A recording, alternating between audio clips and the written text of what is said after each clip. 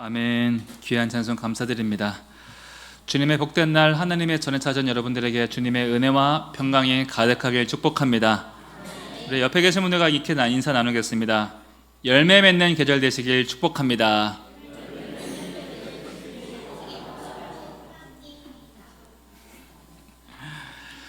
우리는 내 마음 알아주는 한 사람, 내 마음을 알아주는 한마디에 다시 일어서게 됩니다.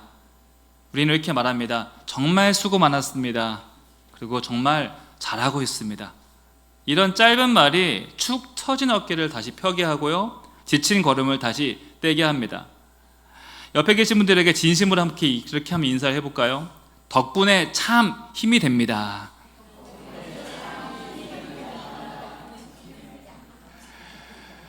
서울 마포대교에서 자살한 사람이 제일 많다고 합니다.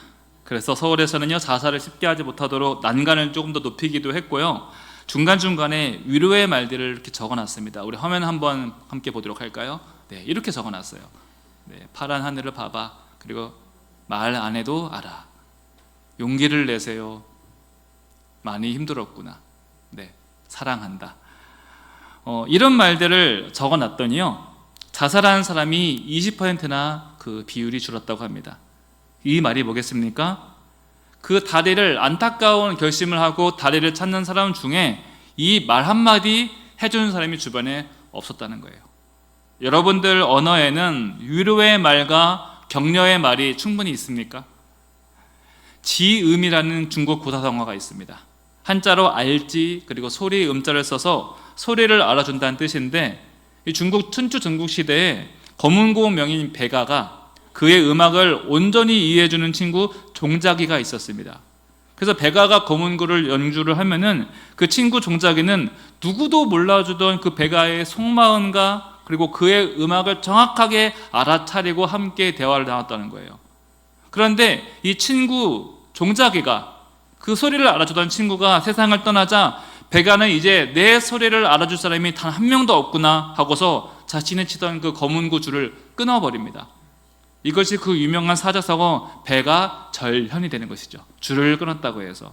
그리고 지음, 소리를 알아준다라는 사자성어도 여기서 나오게 되죠. 사람에게는 내 마음을 들어주고 공감해줄 사람이 반드시 필요합니다. 우리가 지난주 본문에서 그 사람이 바로 이드로였죠. 그런 출애굽 역사를 처음부터 함께 하지 못한 사람이었습니다. 말하자면 뒤늦게 합류한 사람이고, 더 정확히 말하면 출애굽과 아무런 상관도 없는 사람이었습니다.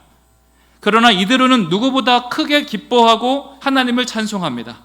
오히려 직접 구원을 경험한 이스라엘보다 더욱더 크게 하나님을 찬송하고 하나님의 은혜를 노래했습니다. 늦게 참여했지만 누구보다 그 은혜에 깊이 동참하고 참여하는 장면을 우리 모두에게 보여주는 것이죠. 그리고 오늘 본문은 한 걸음 더 나아갑니다. 하나님께서는 왜 모세에게 이드로를 보내셨는가? 우리는 지칠 대로 지친 모세의 모습을 주목해야 됩니다.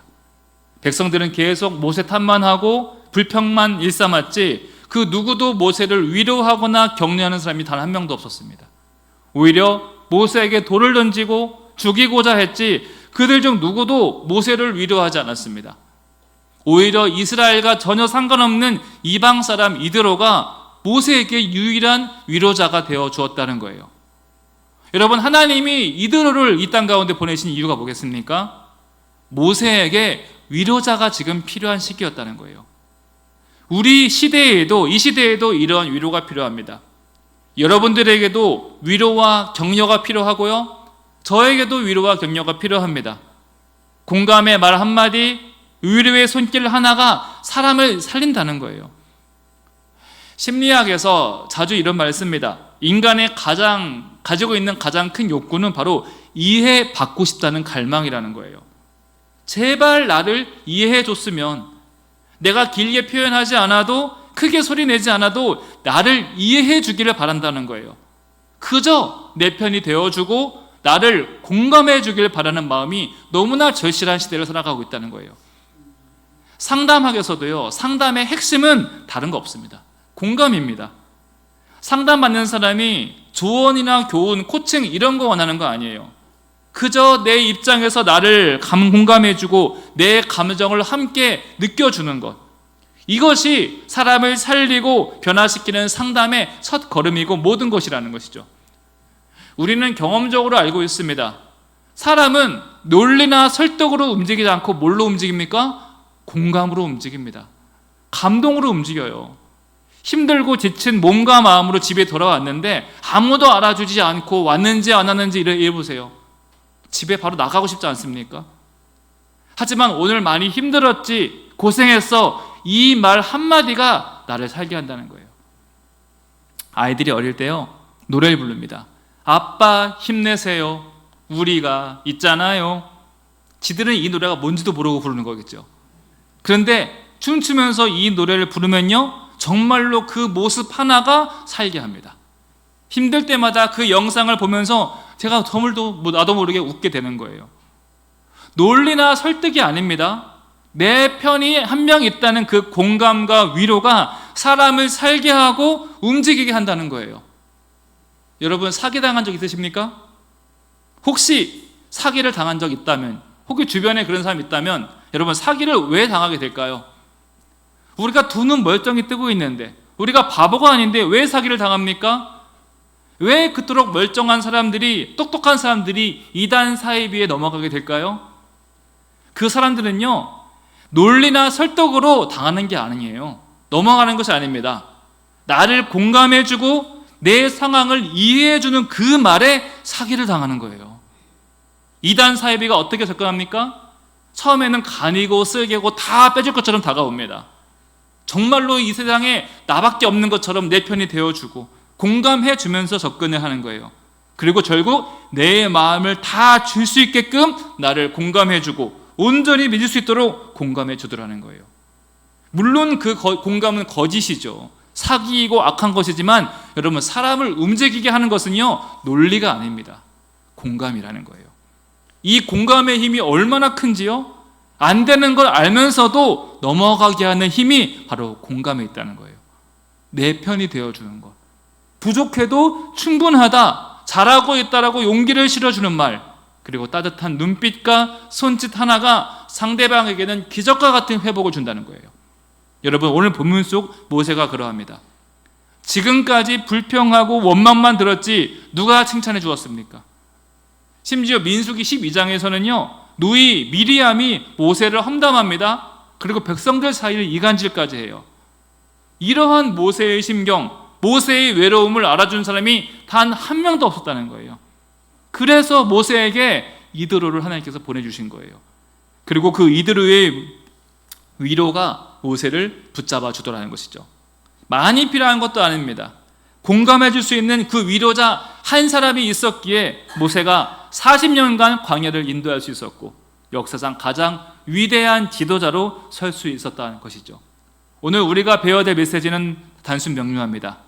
오늘 우리가 이 말씀에서 두 장면을 보게 될 텐데, 첫 번째는 혼자 짐을 지고 있는 모세의 무거운 짐을 보게 될 겁니다. 그리고 두 번째로 그를 향한 이드로의 조언이 무엇인가. 이 말씀 속에서 하나님께서 우리에게, 그리고 이 교회에 어떤 공감과 위로의 삶이 되기를 원하시는지 함께 배웠으면 좋겠습니다. 첫 번째로요, 우리는 모세의 무거운 짐을 볼 줄 알아야 됩니다. 우리 13절 말씀을 함께 읽어보도록 하겠습니다. 13절, 시작.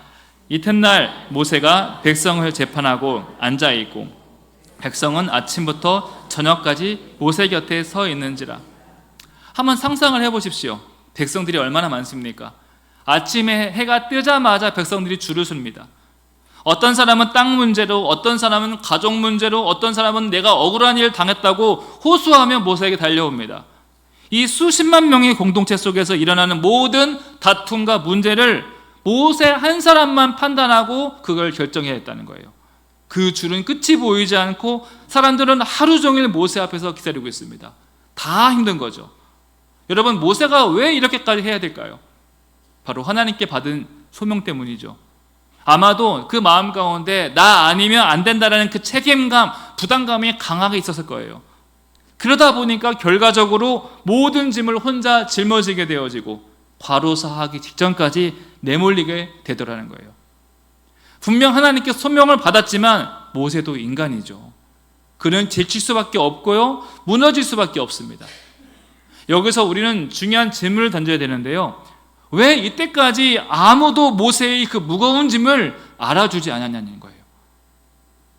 이스라엘 백성은요, 모세에게 불평과 원망만 할 줄 알았지 그 고단함을 아무도 헤아려 주지 않고 있습니다.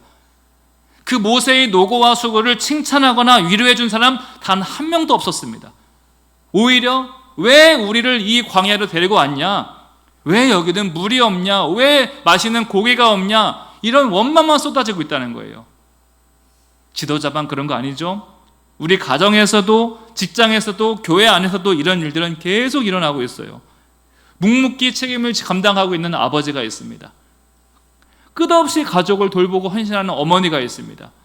언제나 교회에서 그 자리를 지키고 있는 교회 봉사자들이 있습니다. 물론 사랑으로 하고 해야 하니까 하고 책임감으로 한다지만, 여러분, 사람은 공감 없으면요 살아갈 수가 없다는 거예요.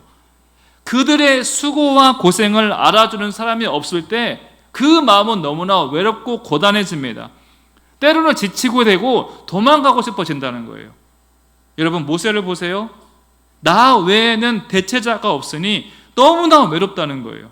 쉬고 싶거든요. 쉬어야 할 때가 있거든요. 몇 년 전에 배달 업무를 하시는 분들이 줄줄이 목숨을 끊었습니다. 왜 그런지 그 후에 유독 그런 일들이 많았어요. 그 이유가 일이 너무나 많은데요, 사람은 뽑아주지는 않고 다음날 해야 될 일이 너무나 많으니 밤에 잠이 오지 않는 거예요. 그리고 아침에 눈을 뜨는 것이 지옥과 같았다라고 그런 유서를 쓰게 되는 거죠. 우리는 쉽게 말합니다. 아니, 그러면 그만두면 되지, 왜 힘들게 거기를 다니고 목숨까지 버리냐. 근데 그게 안 돼요. 가장들은 알 겁니다. 가장들은 못 그만둡니다. 왜 그만뒀냐? 그럼 생활비는 어떡하냐? 애들 학원비는 어떡하냐? 이 소리를 듣는 것이요, 죽는 것보다 더 힘들기 때문에 이 소리를 차마 들을 수 없어서 못 그만두는 거예요. 왜 그래요? 고통을 공감해 주는 사람 한 명도 없이 계속 책임만 물어오니까 남자들은요 동굴로 돌아갑니다. 동굴로 깊이 들어갑니다. 그리고 그 동굴의 길이가 깊어지면요 거기서 못 나오게 되는 거예요. 여러분, 관심 가져주셔야 됩니다. 왜 그 높은 아파트 옥상까지 올라가기까지, 그 차가운 다리 위에 올라가기까지 얼마나 힘들었겠어요. 아무도 위로해주고 공감해주는 사람 없이 그저 책임감만 계속 몰아가게 되면요 사람은 계속 몰리게 된다는 거예요. 여러분, 교회에서 가장 큰 갈등이 무엇입니까? 가장 큰 벽이 무엇입니까? 흔히 말하는 80년대, 90년대 교회의 부흥을 경험한 세대와 요즘 세대, MZ세대라고 하죠. 요즘 세대 청년들과의 갈등이 너무나 심합니다. 우리 교회는 어떤가요? 어른들은 최선을 다해 교회를 섬겨왔습니다. 무엇 하나 교회를 위해 헌신하지 않은 것이 없습니다. 오라면 한번 왔고요, 가라가면 갔고요. 어떻게 보면 그게 즐거움이었고 또한 그게 낭만이었던 80년대, 90년대를 보내왔습니다. 그런데 어른들은 자신들이 과거에 그렇게 경험을 했다고 오늘날 청년들에게 똑같이 요구를 하더라는 거예요. 지금 도시교회에서 이런 갈등이 너무 심합니다.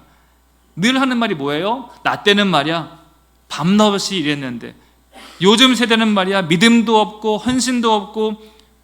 여러분, 요즘 청년들이 교회 안 나오는 이유가 뭔지 아세요? 많은 이유가 있지만 설문조사 결과가 이렇게 써 있습니다. 어른들이 그 소리 듣기 싫어서 안 나온대요. 어른들이 마주치기만 하면 잔소리를 그렇게 해댄대요. 교회 와서 격려받고 싶은데, 칭찬도 받고 위로도 받고 싶은데 어른들이 너무나 쥐셨듯이 잡는다는 거예요. 요즘 청년들이 너무 힘듭니다. 과거에 대학 들어가는 것보다 지금 대학 들어가는 것이 훨씬 힘듭니다. IMF 전만 해도 4년 내내, 대학 4년 내내 놀기만 해도 취업하는 거 크게 어려움 없었습니다. 근데 지금은요 4년 내내 열심히 공부를 해도 취업하는 것이 하늘의 별따기예요. 위로와 공감이 필요한 그들에게 볼 때마다 와서 이거 해라 저거 해라, 이건 왜 저러냐 저건 왜 저러냐. 그래서 생긴 게 뭔지 아세요 여러분? 우린 어른들과 예배 안 드릴래요 하고 생긴 게 청년부 예배가 그때부터 생긴 거예요. 문화가 다르고 예배 형식이 달라서가 아닙니다. 그건 다른 핑계예요. 보자마자 머리 염색했다가 잔소리하고, 늦게 온다고 잔소리하고, 왜 청바지 찢어진 거 입고 다니냐고 잔소리하고, 찬송가를 불러야지 왜 알 수 없는 노래를 부르냐, 왜 예배당에서 드럼을 두들기고 앉아있냐. 우리 부모님들 자녀 볼 때마다 칭찬해주고 격려 많이 해주시길 바랍니다. 제가 담임목회 나간다고 하니까요, 왜 이렇게 주변에서 이런저런 말들이 많은지, 이럴 때는 이거 해라, 저럴 때는 저거 해야 된다. 뭔가 강단에 서기도 전에, 취임하기도 전부터 너무나 몇 년치 이야기를 다 듣고 왔어요. 저는 그나마 낫죠. 이제 담임 사모 된다고 하니까 주변에서 아내를 얼마나 들들 볶던지, 사모는 이래야 된다, 사모는 저래야 된다, 이건 하지 말아야 된다, 이럴 땐 이렇게 되고 이럴 땐 저래야 된다, 그리고 애들은 특히나 이렇게 해야 된다. 하지 말라는 것들만 잔뜩 해도 보니까, 아, 이게 하지 말라는 건가? 어떤 사람은 질투에 심술이 나서 못된 행동도 하고요.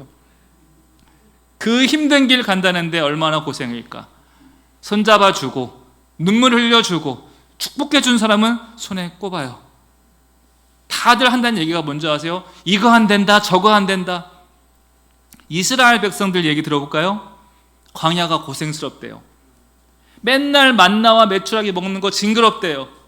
솔직히 맛있는 음식도 먹어보고 싶고, 잠자리도 좀 편한 데서 자고 싶고, 물도 원 없이 마시고 쓰고 싶대요. 이게 다 무슨 말이에요? 위로가 필요하다는 말이에요.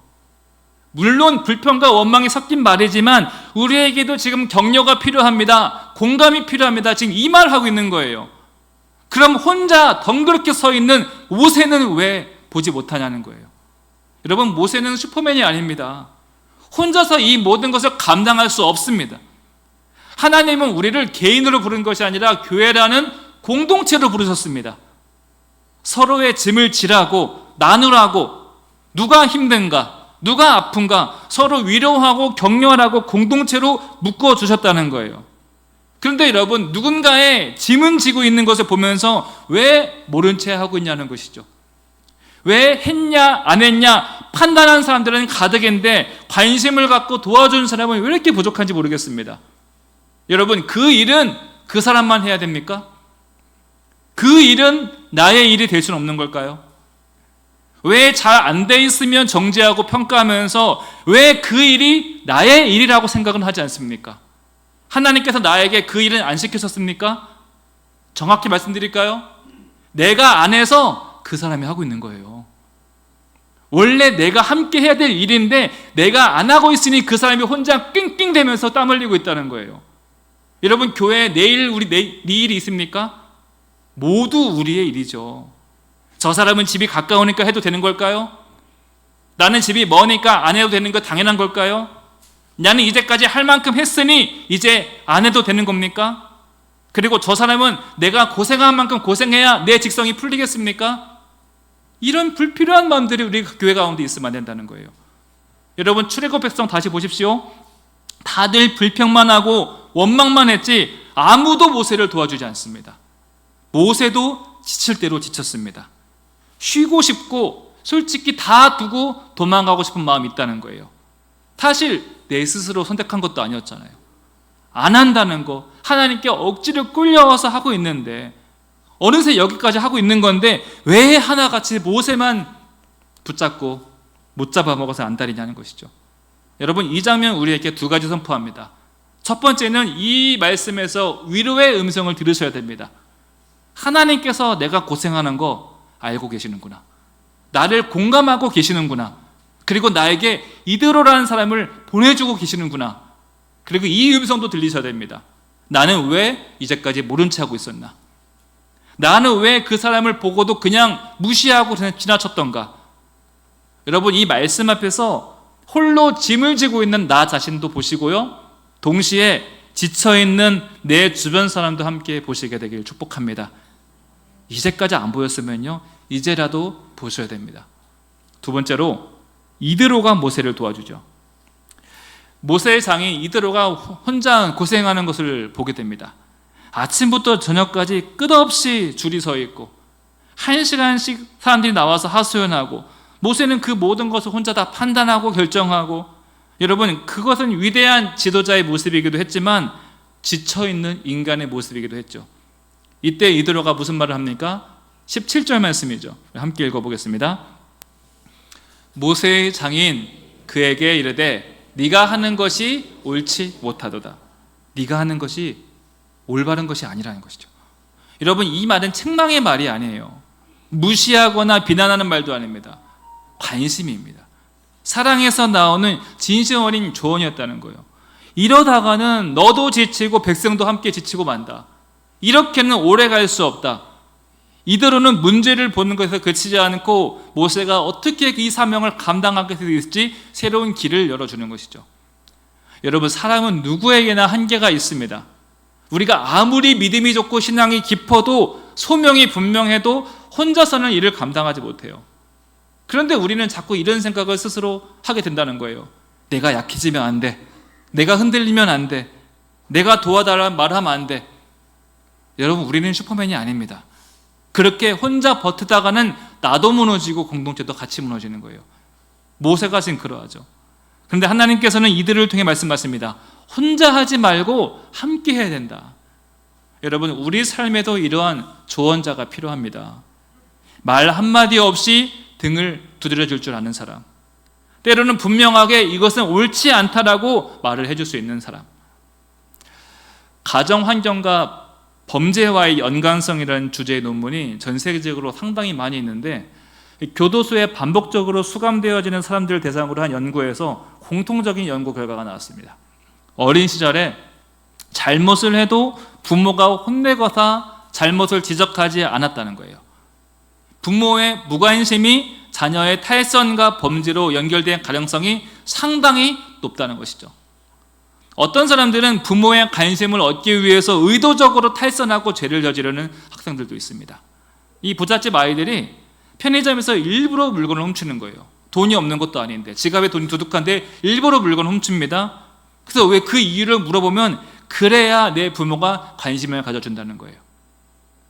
여러분, 아이가 성장하려면 온 동네에 관심이 필요하다는 말처럼 사람은 위로와 칭찬을 먹고 살아갑니다. 그리고 잡아주고 견책해주고 훈계해주는 관심이 필요하다는 거예요. 여러분, 주변에 관심을 기울여 주시길 바랍니다. 그 사람의 연약함을 함께 감당해주고 그 사람이 더 멀리 갈 수 있도록, 오래 견딜 수 있도록 옆에서 붙잡아 줄 수 있는 도움의 소리가 필요하다는 거예요. 우리 교회도 마찬가지입니다. 여러분, 사도행전 6장 기억하시죠? 예루살렘 교회가 구제 문제로 갈등을 겪을 때 사도들은 모든 일을 다 감당하지 않겠다고 선을 긋죠. 그들은 오직 말씀과 기도에 전념하겠다라고 분명히 선을 긋고 성령과 지혜가 충만한 7 뒷사를 세우게 됩니다. 그 결과 교회가 더 건강해지고 부흥이 되었다는 것이죠. 이것이 바로 함께 감당하는 교회, 서로 짐을 지는 나눔의 공동체, 그래야 교회가 온전히 선다는 것이죠. 여러분, 우리가 해야 될 일들이 복잡하지가 않습니다. 가정에서, 교회에서 복잡할 것이 무엇이 있겠습니까? 지쳐있는 사람에게 찾아가서 이렇게 말하는 거예요. 괜찮아, 네가 다 하지 않아도 돼. 나도 같이 할게. 내가 도와줄게. 이거 너 혼자만의 일이 아니야. 우리의 일이야. 내가 같이 도와줄게. 여러분, 이 짧은 한마디가 낙심된 마음을 붙잡아주고 무너진 어깨를 다시 세워줄 수 있다는 거예요. 그리고 이대로의 조언은 단순한 위로에서 끝나지 않고 하나님께서 그를 통해서 현실적인 대안을 주시는데, 우리 21절 그리고 22절 2절 말씀 함께 읽어보겠습니다. 시작. 온 백성 가운데서 능력 있는 사람들,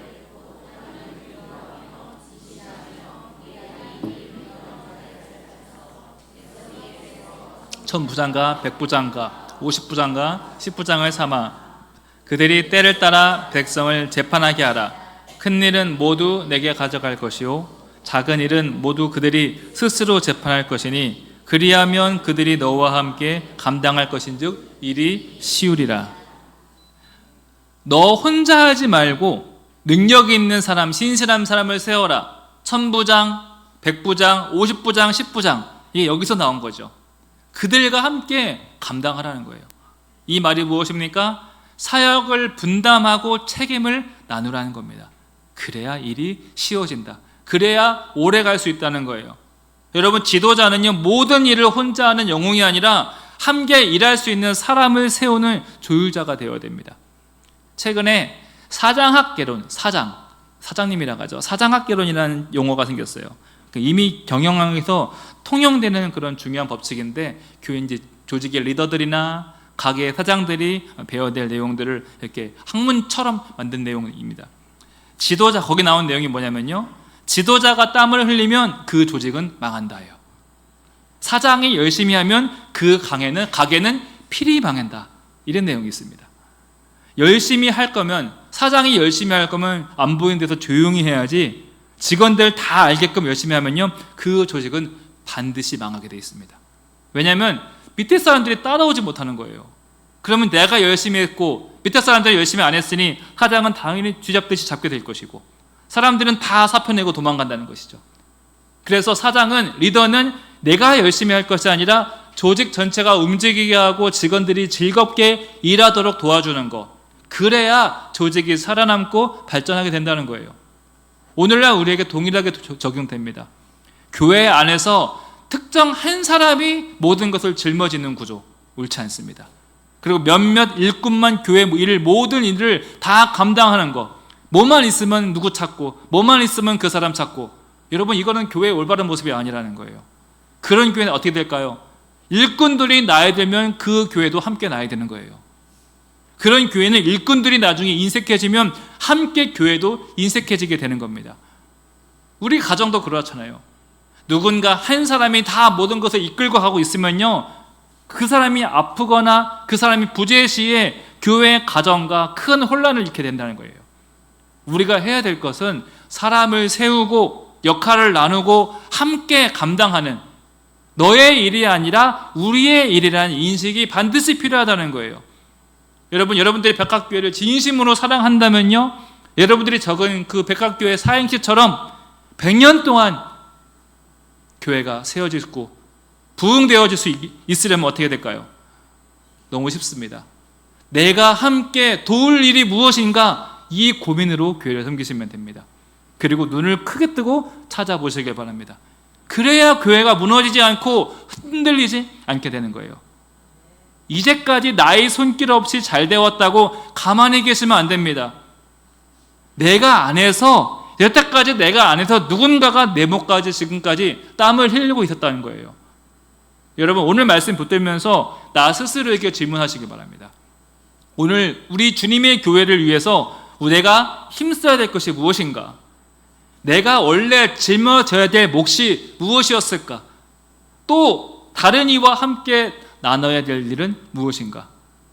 내가 오늘 관심 가져야 될 성도는 무엇이고 누구이고, 내가 자녀들에게 위로의 공감의 말을 충분히 해주고 있는가? 여러분, 관심을 기울일 때 그 사람이 살리게 됩니다. 작은 말 한마디, 칭찬 한마디, 위로 한마디, 여러분 돈 하나도 들지 않습니다. 공짜입니다. 그런데 그 말 한마디로 천냥빚을 갚게 되어지는 거고요, 지친 사람이 살리고 공동체 전체가 다시 힘을 얻게 된다는 거예요. 오늘 우리 교회의 이 말씀을 주신 것은 내가 그 사람에게 이대로로 서 있으라는 겁니다. 여러분, 어떻게 해야 되는지 한번 가르쳐 드리겠습니다. 한번 따라해 보시기 바랍니다. 목사님 늘 설교 짱입니다. 목소리가 너무 작은 것 같습니다. 오늘 밤은 특별히 더 맛있습니다. 강당 장식이 너무나 아름답습니다. 오늘 성가대 찬양이 너무나 은혜롭습니다. 오늘 특별히 더 멋져 보이십니다. 그리고 하나 더요. 제가 뭐를 도와드릴까요? 다 공짜입니다. 아니, 이거는 다 공짜죠. 근데 여러분, 효과는요 결코 공짜가 아닙니다. 그 말 한마디로 사람을 살리게 됩니다. 그 말 한마디가 이 인색한 세상에서 웃게 만드는 거예요. 세상 속상한 게 교회 와가지고 인상 쓰는 거 아닐까요? 교회 와서 웃어야죠. 도와주고 칭찬해주고 위로해주고 공감해주는 우리 백학교회가 되었으면 좋겠습니다. 말씀 마무리합니다. 모세 곁에는요 불평하는 백성도 많이 있었지만 하나님께서 이드로라는 위로자와 조언자를 보내주십니다. 그리고 그의 공감과 위로가 모세를 다시 일으켜 세우고 공동체를 새롭게 열게 됩니다. 오늘 나에게 주시는 말씀, 물론 아프기도 하지만 내 말씀 가운데, 마음 가운데 깊이 새기고 또한 그 사람에게 가서 위로하고 도우고 격려하는 그 주님의 말씀에 온전히 순종하시길 축복합니다. 그렇게 위로와 공감과 순종이 충만한 우리 백합교회가 되기를 주님의 이름으로 축복합니다.